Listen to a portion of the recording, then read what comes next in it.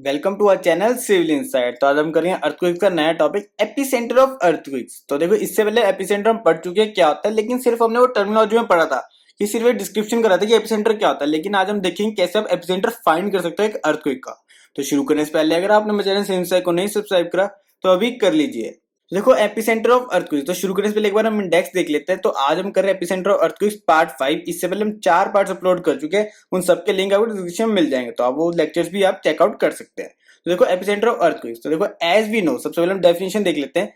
Epicentre of an earthquake is the point on the surface vertically above the focus. तो ये मैं चीज करवा चुका हूं, आपको पता है फोकस के जस्ट वर्टिकली अबव जो आपके सरफेस पे पॉइंट होगा उसे हम क्या बोलेंगे, एपिसेंटर बोलेंगे। ये चीज तो आपको पता है। Intensity is maximum at the epicentral zone decreasing outwards. तो ये भी आपको पता है, इंटेंसिटी हम कर चुके हैं, उसको लिंक आउट डिस्क्रिप्शन मिल जाएगा। तो ये चीज भी आपको पता है कि हमारे जो एपिसेंटर पर यहाँ पे सबसे ज्यादा इंटेंसिटी होगी वो जस्ट फोकस से ऊपर है। तो यहाँ पे अर्थक्वेक सबसे ज्यादा यहाँ पे डिस्ट्रक्शन कॉज कर रहा है, सबसे ज्यादा यहाँ पे आपको फील होगा। तो यहाँ पे आपको सबसे ज्यादा इंटेंसिटी होगी। बाकी दूर दूर जैसे जैसे आप जाते रहोगे एपिसेंटर से, यहाँ तक आप यहाँ पे आ रहे हो, यहाँ पे आ रहोगे, तो आपको डिक्रीज होती जाएगी इंटेंसिटी। ये भी आप सब चीज समझते हो, हमने इंटेंसिटी में सब चीज डिस्कस करी थी। देखो, अब मेन चीज आती है। देखो, when the earthquake waves are recorded at different station, it is seen that time gap between the arrival of P and S waves increase gradually with the distance from the epicenter। तो ये भी हमने waves पढ़ा था, P S N L. ये waves हमने discuss करी थी, उसमें मैंने कहा था पी सबसे पहले हमारी रिकॉर्ड होते हैं, फिर एस होते हैं, फिर एल होती है। तो अब इसमें ये चीज क्या बोलते हैं, जैसे हमारा अर्थक्वेक, जैसे हम हमारे बहुत तरह तरह के स्टेशन होते हैं, ठीक है। ये नहीं होता कि एक ही, जैसे एक सिटी में एक ही स्टेशन नहीं होगा, दूर दूर स्टेशन में रहते हैं। स्टेट में भी थोड़ा दूर दूर स्टेशन हमारे रहते हैं। तो उसमें क्या होता है, जैसे ए, जैसे अगर मैं लेट सपोज करूँ कि एक ये स्टेशन है ए, एक ये स्टेशन है हमारा बी, ये दो स्टेशन है। अब मैं कहता हूँ कि यार हमारा एक अर्थक्वेक आया जिसमें आपको देखो पी और एस वेव हमारे हमने यहाँ पे रिकॉर्ड होनी है। तो ए स्टेशन पे तकरीबन लेट कर लो कि 10 सेकेंड्स पे आपकी पी वेव आ गई, ठीक है। पी वेव यहाँ पे रिकॉर्ड है 10 सेकेंड में, और बी स्टेशन पे आपकी 20 सेकेंड्स में रिकॉर्ड हुई। तो इससे आपको पता चलता है कि यार बी आपका ज्यादा दूर है ए से, मतलब कि बी आपका ज्यादा दूर है एज कंपेयर टू ए आपका अर्थक्वेक से, जहां पे आपका अर्थक्वेक हुआ है। तो वो चीज हम यहाँ पे चेक कर सकते हैं। When the earthquake waves are recorded different station, it is seen that time gap between the arrival of P and S waves increase gradually with the distance from the epicenter। तो इससे इस चीज से हमें पता चलता है कि यार आपका ये सेंटर कितना दूर है, मतलब कि यार जो आपका ये सेंटर एपिसेंटर है ये कितना दूर है स्टेशन से, वो चीज हमें पता चलती है। किससे पता चलती है, जो हमें टाइम गैप पड़ता है हमारा arrival of P and S wave से, ठीक है। ये चीज आपको पड़ती है। अब एक एग्जांपल करते हैं। देखो, एग्जांपल नहीं, एक बार ये और चीज समझते हैं ब्रीफ में। Thus it gives a measure of the distance. Thus it gives a major of distance, ये मैंने आपको बता दिया कि ये हमें डिस्टेंस बता देता है कि यार कितना दूर है। कैसे, देखो accordingly if recording at 3 different well space station A B and C, तो हम कहते हैं कि 3 रिकॉर्डिंग स्टेशन है ए बी सी, ठीक है, ए बी सी है, are made and circles with the measure of distance as radius are drawn. तो कहते हैं कि जब आपका, जैसे आपके यहाँ पे रेज आई, जो भी आपकी वेव्स आती है, तो उसमें आपको जो भी आपका डिस्टेंस बनता है, हमने वो डिस्टेंस लेके हमने रेडियस ऐसे हमने बना दिया, ठीक है। हमने रेडियस लिया और उससे आपने सर्कल ड्रॉ कर दिया। एक सर्कल ये ड्रॉ हो गया, एक सर्कल ये, एक ये, ठीक है। देखो ए सबसे बड़ा है, फिर बी थोड़ा छोटा है, फिर सी उससे छोटा है, ठीक है। आप ये देख भी सकते हैं, थोड़ा पास से पता चलता है। तो देखो, अब ए स्टेशन हो गया, बी स्टेशन हो गया, सी स्टेशन हो गया। इसमें हमने जैसे ये हमारी arrival of P N S V से हमने पता कर लिया कि हमें लग गया पता। हमने चेक करा कि ए बी सी में आपने चेक कर लिया कि यार बी पे थोड़ा लेट आया है, ए पे थोड़ा नहीं, ए पे ज्यादा लेट आया है, यहाँ पे बी पे थोड़ा जल्दी आएगा, सी पे बहुत जल्दी आया। तो इससे पता चलता है कि सी पास है, बी उससे भी पास है, और ए आपका सबसे ज्यादा दूर है, ठीक है। तो इसमें क्या होगा, अब आपने ऐसे सर्कल्स ड्रॉ कर लिया, उस डिस्टेंस को लेते हो, ऐसे रेडियस को लेते हो, आपने सर्कल्स आपने ड्रॉ कर लिया ऐसे। अब क्या होगा, their common points of intersection E will mark the epicentre. तो कहते हैं जो इसके कॉमन पॉइंट्स इन सर्कल्स का जो बन जाएगा, देखो कॉमन पॉइंट ए की ऐसे जा रहा है, तो ये यहाँ पे ए कैसे आया, तो यहाँ पे मीट करा, यहाँ पे भी मीट करा, दो तरफ मर रहा है। लेकिन जब थर्ड सर्कल आया तो तीनों का यहाँ पे आया, जैसे हमने वेन डायग्राम वगैरह हम करते थे ना अपने +1 +2 में, उसी तरह कुछ। तो उसमें क्या होता था, हम शेडेड पोर्शन देखते हैं, इसमें हम पॉइंट देखते हैं। तो इसमें हमने पॉइंट जहाँ पे देखा, तीनों का जो पॉइंट यहाँ पे इंटरसेक्ट हुआ, ये वाला इंटरसेक्ट हुआ, हम इसे कह देंगे हमारा एपिसेंटर है अर्थक्वेक का। ये ई पॉइंट है जो हमारा, ये एपिसेंटर है अर्थक्वेक का। बहुत ही इजी है। चलो मैं एक बार दोबारा से इजी आराम से समझाता हूँ कैसे।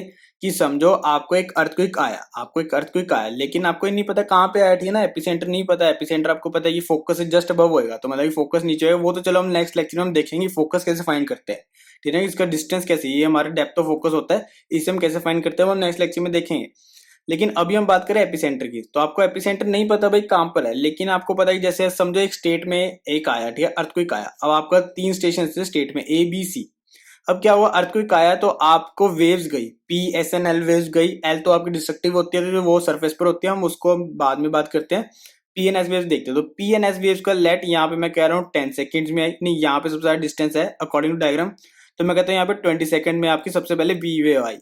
क्या मैं कह रहा हूँ 15 में आई, और यहाँ पे मैं कह रहा हूँ 10 में आई। ठीक है, इससे जब आपने ये सारा, आपने एक दूसरे सब ये कम्युनिकेशन में रहते हैं, तो इससे हमें पता चलता है, उसने कहा यार मेरे पास 20 सेकंड में आई, उसने कहा 15 सेकंड में, और इसने कहा 10 सेकंड में। तो इनके पास जो फॉर्मुलाज वगैरह होते हैं स्टेशन के बाद, जैसे आपने सोनार वेव में नहीं होता है, जैसे हम कहते हैं सबमरीन कैसे डिटेक्ट करती है ना, वो वाली चीज इसमें हो जाती है। ठीक है, उससे हमें पता चलता है ये डिस्टेंस कितना है, उससे हमें पता चलता है डिस्टेंस कितना है ये वाला, है ना। उससे हमने रेडियस निकाल लिया, रेडियस हमने ऐसे सर्कल ड्रॉ कर दिया, एक इमेजिनरी सर्कल आप लगा लो। ठीक है, शीट्स पर चलता है ये। तो ऐसे हमने बी पे भी कर लिया, और ऐसे हमने सी पर भी कर लिया, तीनों चीजों पे हो गया, तीनों स्टेशन पर हो गया।